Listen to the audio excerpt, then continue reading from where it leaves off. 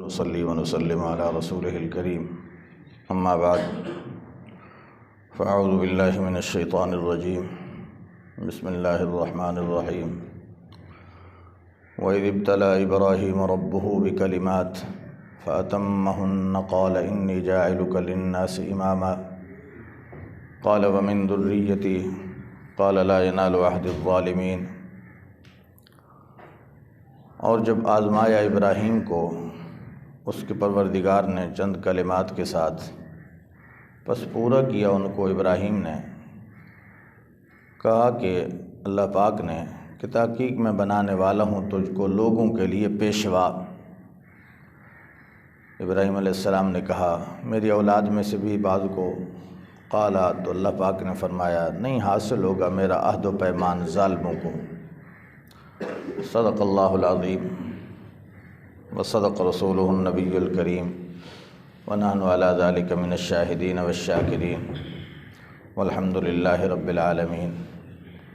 اللہم صلی علی سیدنا محمد النبی الامی وعلی آلہ واصحابہ وسلم تسلیما۔ یہ آیت نمبر 124 ہے۔ ایک آیت تلاوت کی ہے، ماقبل میں اللہ تبارک و تعالی نے بنی اسرائیل کا تذکرہ کیا، تقریباً آدھا پارے سے بھی کچھ زیادہ مقدار۔ یہاں سے اللہ تعالی بنو اسرائیل کے مقابلے میں بنو اسماعیل کا تذکرہ شروع فرما رہے ہیں، اور اس آیت میں بطور تمہید سیدنا ابراہیم علیہ السلام کا تذکرہ خیر فرمایا، چونکہ بنی اسرائیل ہوں یا بنو اسماعیل ہوں، دونوں اولاد حضرت ابراہیم علیہ السلام کی ہیں۔ تو ابراہیم علیہ السلام انبیاء میں ایک خاص مقام رکھتے ہیں، حتیٰ کہ ہمارے حضرات اہل سنت والجماعت کے نزدیک انبیاء کے طبقہ میں سب سے افضل مقام اللہ تبارک و تعالی نے ہمارے نبی خاتم الانبیاء حضرت محمد الرسول اللہ صلی اللہ علیہ وسلم کو عطا فرمایا ہے، اور انبیاء میں حضور کے بعد دوسرا مقام اور رتبہ ہے تو سیدنا ابراہیم علیہ السلام کا ہے۔ اس پر حضرات اہل سنت متفق ہیں۔ اب حضرت ابراہیم علیہ السلام کی زندگی بڑی عجیب گزری ہے۔ مختلف مقامات پہ قرآن کریم نے ان کی زندگی کے مختلف احوال کا تذکرہ خیر فرمایا ہے۔ اس آیت کریمہ میں اللہ تعالیٰ نے یہ بات ارشاد فرمائی کہ ابراہیم علیہ السلام کا اس کے رب نے امتحان لیا۔ اب سوال یہ ہوتا ہے کہ دنیا میں ہم دیکھتے ہیں کہ کسی کا امتحان لیا جاتا ہے تو مقصد یہ ہوتا ہے کہ ممتحن جو امتحان لینے والا ہے اس کو اس شخصیت کا جس کا امتحان لیا جا رہا ہے اس کے احوال کا علم نہیں ہوتا، اس کی حقیقت علم کا پورا پتہ نہیں ہوتا۔ اس وجہ سے امتحان کے ساتھ اس کی حقیقت واضح ہو جاتی ہے کہ یہ کتنے پانی میں ہے، اس کی صلاحیت کس قدر ہے۔ تو اللہ تعالیٰ نے امتحان کیوں لیا جبکہ اس کو تو ابراہیم علیہ السلام کے احوال کا سارا ہی پتہ تھا، زندگی کا بھی، زندگی سے پہلے بھی، زندگی کے بعد بھی۔ تو اللہ تعالیٰ کی امتحان لینے کا کیا مقصد ہے؟ اس کے دو جواب دی ہیں حضرات اہل علم نے کہ جناب اللہ تبارک و تعالیٰ جب کسی شخصیت یا کسی ذات کا امتحان لیتے ہیں تو اللہ کے امتحان میں یہ بات مقصود نہیں ہوتی، بلکہ اس کے علاوہ یہ مقصد ہوتا ہے کہ اللہ تعالیٰ نے اس ہستی اور ذات کو ایک مقام اور مرتبہ دیا ہوتا ہے۔ اللہ خود تو جانتے ہیں کہ یہ اس مرتبے کا اہل تھا، اس مرتبے کا لائق تھا، لیکن دوسری دنیا اور دوسری مخلوقات ان کو اس کی صلاحیت کا پورا اندازہ نہیں ہوتا۔ جس طرح سیدنا آدم علیہ السلام کی تخلیق سے پہلے جب ملائکہ کے سامنے اللہ نے ذکر فرمایا تو ملائکہ نے یہ بات کہہ دی کہ تو ایسی مخلوق بنا رہا ہے باری تعالیٰ کہ جو خون کرے گی، فساد پھیلائے گی، زمین میں قتل و غارت کرے گی، تیری تسبیح تو ہم ہی بیان کرتے ہیں، تیری اطاعت کرتے ہیں، تو اس مخلوق کے بنانے کی حاجت ہی کیا ہے؟ تو اللہ تعالیٰ نے جواب میں فرمایا انی اعلم ما لا تعلمون، مجھے جس حقیقت کا پتہ ہے تمہیں پتہ نہیں ہے۔ پھر آدم علیہ السلام کو پیدا کیا، پیدا کرنے کے بعد اب آدم علیہ السلام کا امتحان لیا ملائکہ کے سامنے۔ اب یہ امتحان اس لیے نہیں تھا کہ اللہ تعالیٰ کو علم ہو جائے کہ آدم اس منصب کا لائق ہے، نہیں، اللہ تعالیٰ آدم علیہ السلام کی صلاحیتوں کو ملائکہ کے سامنے خوب واضح کرنا چاہتے تھے کہ ان کو بھی پتہ چل جائے کہ جس مخلوق کو میں نے پیدا کیا ہے اور ملائکہ سے افضل مقام دیا ہے وہ اس مقام کا اہل بھی ہے۔ تو اسی طرح ابراہیم علیہ السلام کو اللہ تعالیٰ نے امتحان میں یا آزمائش میں مبتلا فرمایا، تو اس کا مطلب بھی یہ تھا کہ ملائکہ کے سامنے اور باقی انسانیت کے سامنے یہ بات واضح ہو جائے کہ اللہ تعالیٰ نے حضرت ابراہیم کو جو مقام خلت عطا کیا ہے، یعنی اس کو اپنا خلیل بنایا ہے۔ اللہ کے خلیل ہیں ابراہیم، تو یہ جو مقام خلت ہے یہ بہت اعلیٰ مقام قرب ہے اللہ پاک کا۔ اللہ تعالیٰ ملائکہ کے سامنے اور باقی مخلوقات کے سامنے یہ واضح فرمانا چاہتے تھے کہ ابراہیم اس مقام خلت کا اہل ہے، اس کے اندر یہ صلاحیتیں ہیں، یہ ایسے اس کو مقام خلت نہیں دیا گیا۔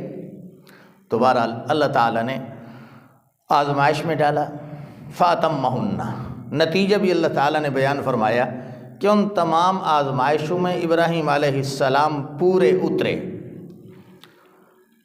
اب وہ آزمائشیں اور کلمات کیا تھے؟ قرآن نے تعبیر بڑی عجیب فرمائی، آزمایا ابراہیم کو اس کے پروردگار نے بکلمات، یعنی چند کلمات کے ساتھ، چند احکام کے ساتھ۔ اب اس میں حضرات مفسرین نے بڑے اقوال لکھے کہ کوئی کہتے ہیں وہ خصال فطرت ہیں، اس سے مراد جو حدیث میں جناب رسول اللہ صلی اللہ علیہ وسلم نے ارشاد فرمایا، لیکن راجح قول یہ نہیں ہے۔ وہ خصال فطرت کیا ہیں؟ خصال فطرت حدیث میں آتا ہے کہ انسانیت کے اندر یہ چیزیں جو ہیں نا حضرت ابراہیم علیہ السلام سے ہی ان کا آغاز ہوا ہے۔ مثلا مردوں کے لیے ختنہ کرنا، داڑھی کا بڑھانا، مونچھوں کو کاٹنا، بغل کے بالوں کو کاٹنا، ناخنوں کو کاٹنا، زیر ناف بالوں کا کاٹنا، یہ خصال فطرت ہے۔ ان خصال فطرت کی ابتدا سیدنا ابراہیم علیہ السلام سے ہوئی، اس سے پہلے کی انسانیت ان چیزوں کو انجام نہیں دیا کرتی تھی۔ لیکن ابراہیم علیہ السلام جیسا مقام قرب کا حامل، ان کی آزمائش ان امور کے اندر یہ قرین قیاس نہیں ہے، بلکہ اس سے مراد دوسرے امور ہیں کہ جو بہت کٹھن، بہت مشکل امور تھے کہ جن کو حضرت ابراہیم علیہ السلام نے بڑی خندہ پیشانی کے ساتھ قبول فرمایا۔ اب وہ امتحانات کیا تھے؟ سب سے پہلے امتحان یہ تھا کہ ابراہیم علیہ السلام کی پیدائش دین توحید پر ہوئی ہے۔ اللہ تعالیٰ نے ان کو فطری موحد بنایا ہے، لیکن جس گھر میں پیدا ہوئے وہ باپ کیسا تھا؟ وہ تو بت گر تھا، بت بنا بنا کے بیچنے والا، اور یوں سمجھو نمرود کی حکومت کا وزیر مذہبی امور تھا۔ بت خانوں کی نگہبانی، ان تک بتوں کو پہنچانا، یہ ابراہیم علیہ السلام کے باپ آزر کا عملی کام تھا، ذمہ داری تھی۔ یہ تو خدا کی قدرت کا کمال ہے کہ ایک مشرک اور کافر کے گھر میں نبی پیدا کر دے، اور اسی کی قدرت کا کمال ہے کہ نبی کے گھر میں کافر پیدا کر دے۔ تو ابراہیم علیہ السلام نے جس گھر کے ماحول میں آنکھ کھولی ہے شعور کی، اس گھر کا سارا ماحول ہی مشرکانہ ہے۔ لیکن بچپن ابراہیم علیہ السلام کا پاکیزہ گزرا، دل ہی نہیں لگتا تھا شرکیہ اعمال سے۔ اور کوئی نبی، یاد رکھنا یہ حضرات اہل سنت کا موقف ہے، حضرات صحابہ سے لے کر آج تلک، کہ کوئی نبی بچپن سے لے کر نبوت کے زمانے تک، پھر نبوت کے زمانے کے بعد سے لے کر موت تک، نبی کبھی ارادتاً کسی شرکی عمل کا ارتکاب نہیں کرتا۔ نبی کی زندگی پاکیزہ ہوتی ہے شرک سے۔ کیوں؟ کہ نبی کی بعثت تھی شرک کی بیخونی کے لیے ہوتی ہے، شرک کے خاتمے کے لیے۔ اگر اس سے شرک کا صدور ہو جائے تو پھر اس کی دعوت کو دنیا کیسے قبول کرے گی؟ تو ابراہیم علیہ السلام اس گھر میں پیدا ہوئے کہ جس میں ہر طرف بوتی بولتا ہے۔ اب جب ہوش سنبھالا، باپ سے پوچھتے ہیں کہ یہ کیا چیزیں ہیں؟ تو باپ کہتے ہیں یہ ہمارے خدا ہیں، یہ ہمارے معبود ہیں۔ تو ابراہیم علیہ السلام فرماتے ہیں یہ کس طرح کے معبود ہیں کہ جو نہ کھاتے ہیں، نہ پیتے ہیں، نہ بولتے ہیں، نہ تمہارے نفع نقصان کے مالک ہیں، یہ معبود؟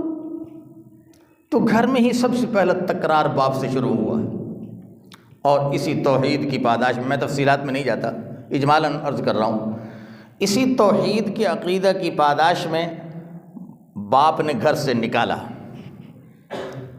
تو پہلا مقابلہ باپ سے ہوا۔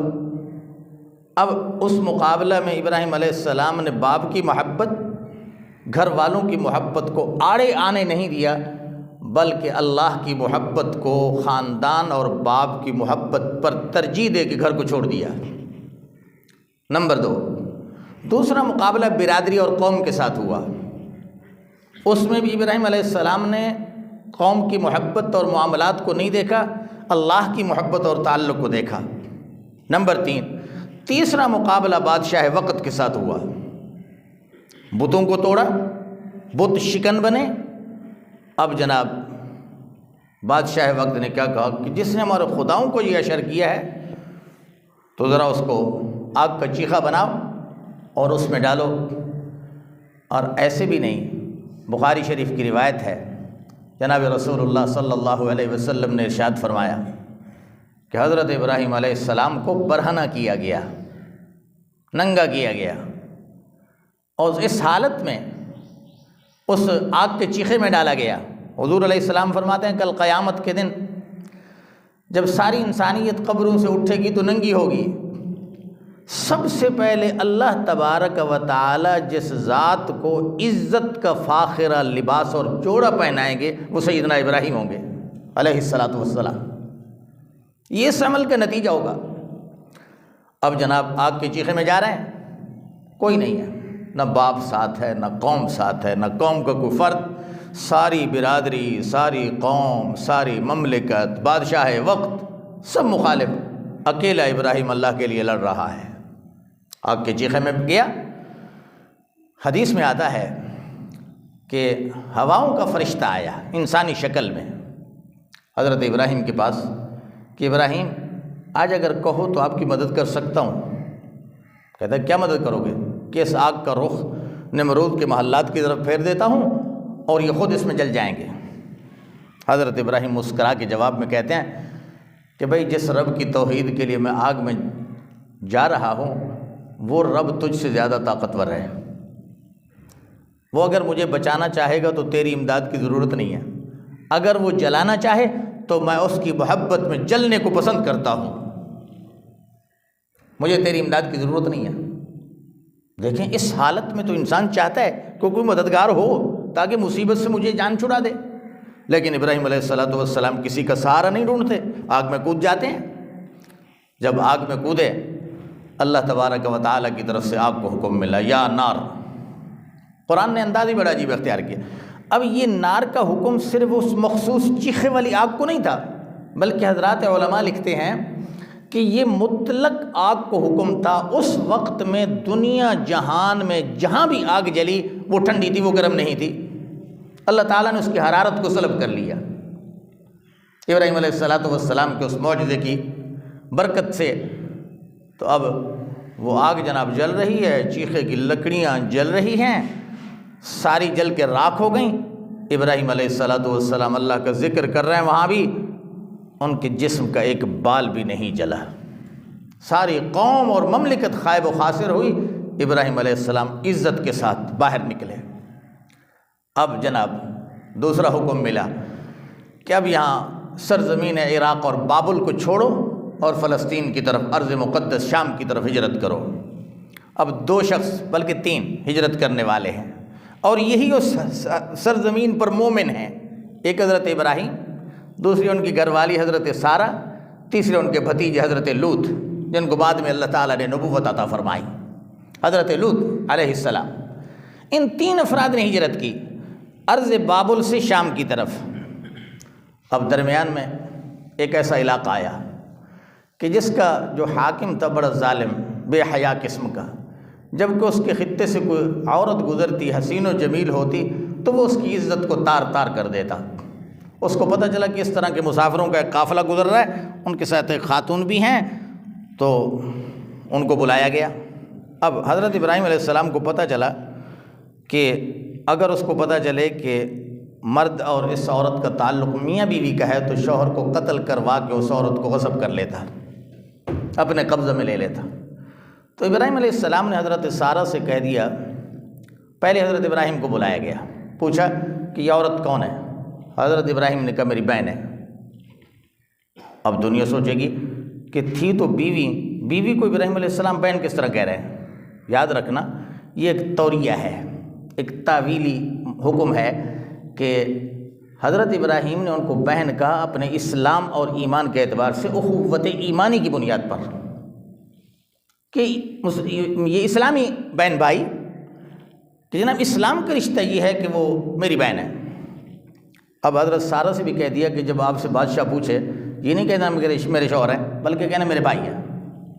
بہرحال حضرت سارہ کو بلایا گیا، جب بادشاہ کی دربار میں پہنچی تو اس نے پوچھا کہ یہ مرد کون ہے آپ کے ساتھ؟ حضرت سارہ نے کہا میرے بھائی ہے۔ اس کے باوجود اس ظالم نے ان کو پکڑنے کا ارادہ کیا، ان کے ساتھ برائی اور ان کی عزت لوٹنے کا۔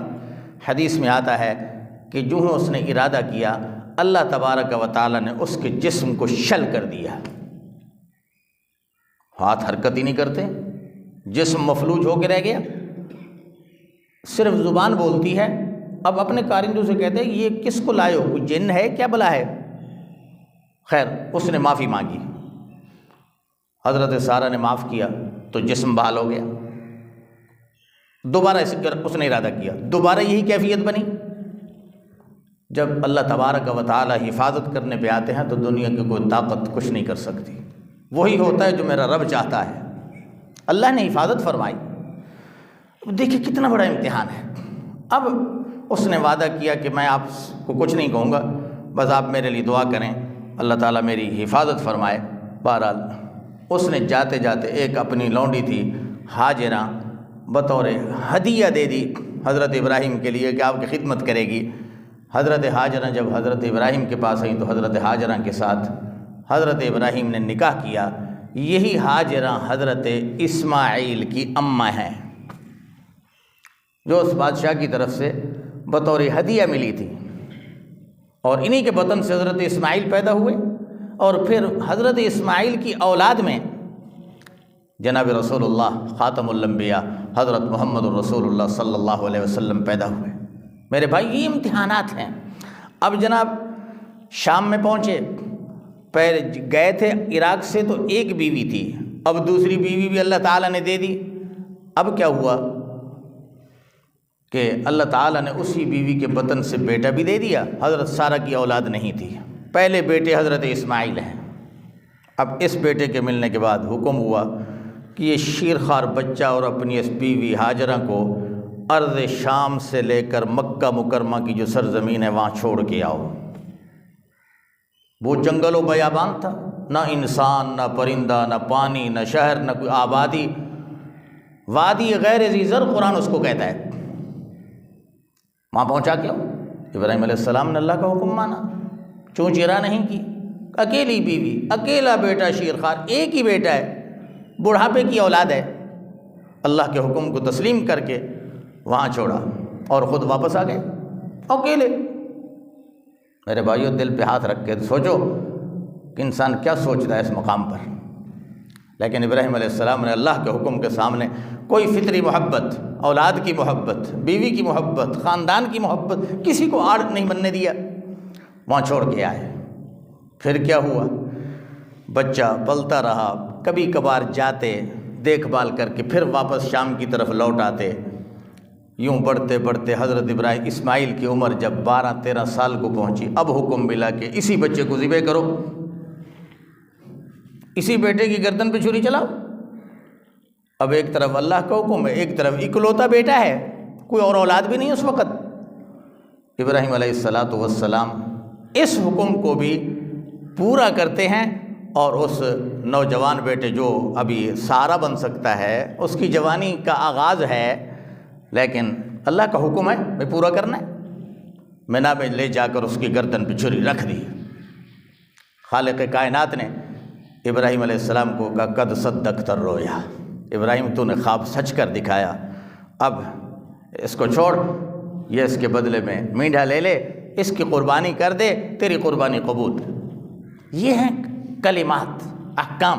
اذ ابتلا ابراہیم ربہ، ابراہیم کو آزمایا اس کے رب نے چند احکام میں، فاتمہن، انہوں نے پورا کیا۔ کیا کیا؟ پورا کیا۔ جب پورا کیا اب انعام کیا ملا؟ زندگی باقی تو کل کے درس میں ان انعامات کا تذکرہ ہوگا۔ اللہ تعالی ہم سب کو ان اکابرین کے ساتھ سچی محبت کا تعلق نصیب فرمائے۔ وآخر دعوانا الحمدللہ رب العالمین۔